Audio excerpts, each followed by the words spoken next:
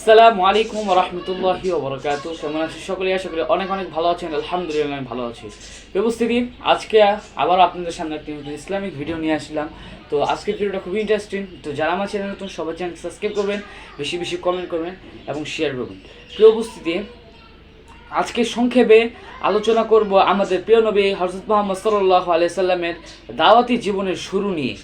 আল্লাহ চাইতে এই বিষয়টি নিয়ে কিঞ্চিত পরিমাণে আলোকপাত করব এবং যারা এই ভিডিওগুলো দেখতেছেন সবাই ভিডিওগুলো প্রচার করবেন, শেয়ার করবেন, বেশি বেশি কমেন্ট করবেন। আর যারা আমার চ্যানেল নতুন সবাই সাবস্ক্রাইব করবেন, বেশি বেশি কমেন্ট করবেন, শেয়ার করবেন। তো চলুন কথা না বাড়িয়ে আজকের মূল বিষয়ের উপর আলোচনা করা যায়।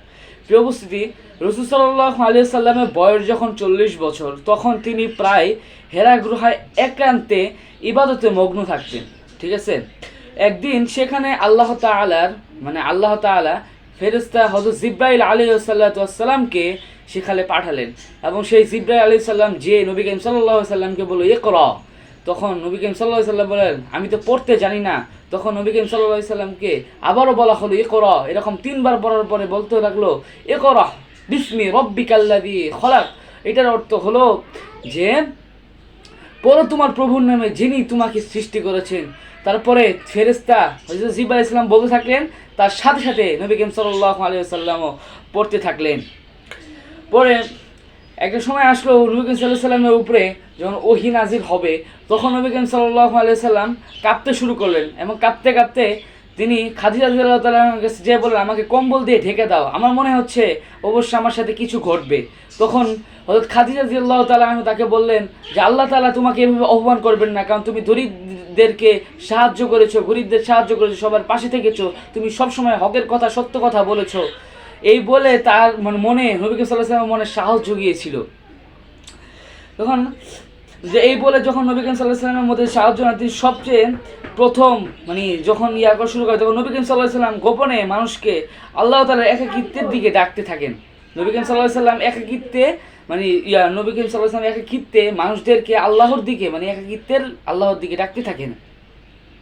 তিনি সবার আগে তার স্ত্রী খাদিজা রাদিয়াল্লাহু তাআলা আনহু, ঘনিষ্ঠ বন্ধু হযরত আবু বকর রাদিয়াল্লাহু তাআলা আনহু, চাচাতো ভাই হযরত আলী রাদিয়াল্লাহু তাআলা আনহু এবং তার জায়েদকে ইসলাম গ্রহণের দাওয়াত দেন।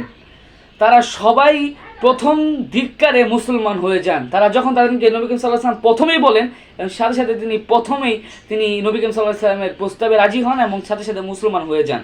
প্রায় 3 বছর ধরে নবী করিম সাল্লাল্লাহু আলাইহি ওয়াসাল্লাম গোপনে দাওয়াত চালিয়ে যান। গোপনে 3 বছর দাওয়াত চালান নবী করিম সাল্লাল্লাহু আলাইহি ওয়াসাল্লাম।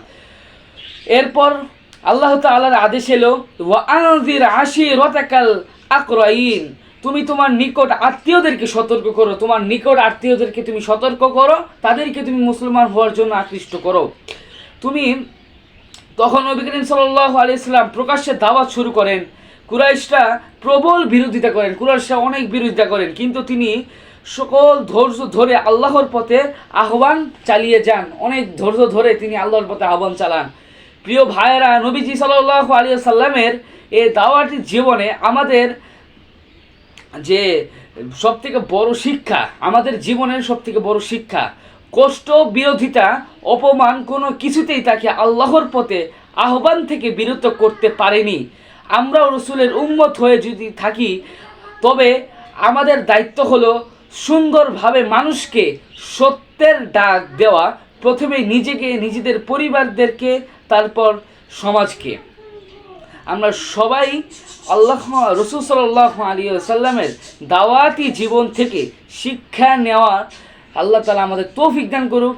এই বলে আজকে ভিডিওটা শেষ করলাম, আজকের মূল বিষয়গুলো শেষ করলাম। আল্লাহ তাআলা আমাদের সকলকে এই বিষয়ের উপর আমল করার তৌফিক দান করুক। তো প্রিয় উপস্থিতি, আজকে ভিডিওটা ছিল এই পর্যন্ত। কার কাছে কেমন লাগছে সবাই জানাবেন, আর যারা আমার চ্যানেল নতুন সবাই চ্যানেল সাবস্ক্রাইব করবেন, বেশি বেশি কমেন্ট শেয়ার করবেন। Subscribe to my channel.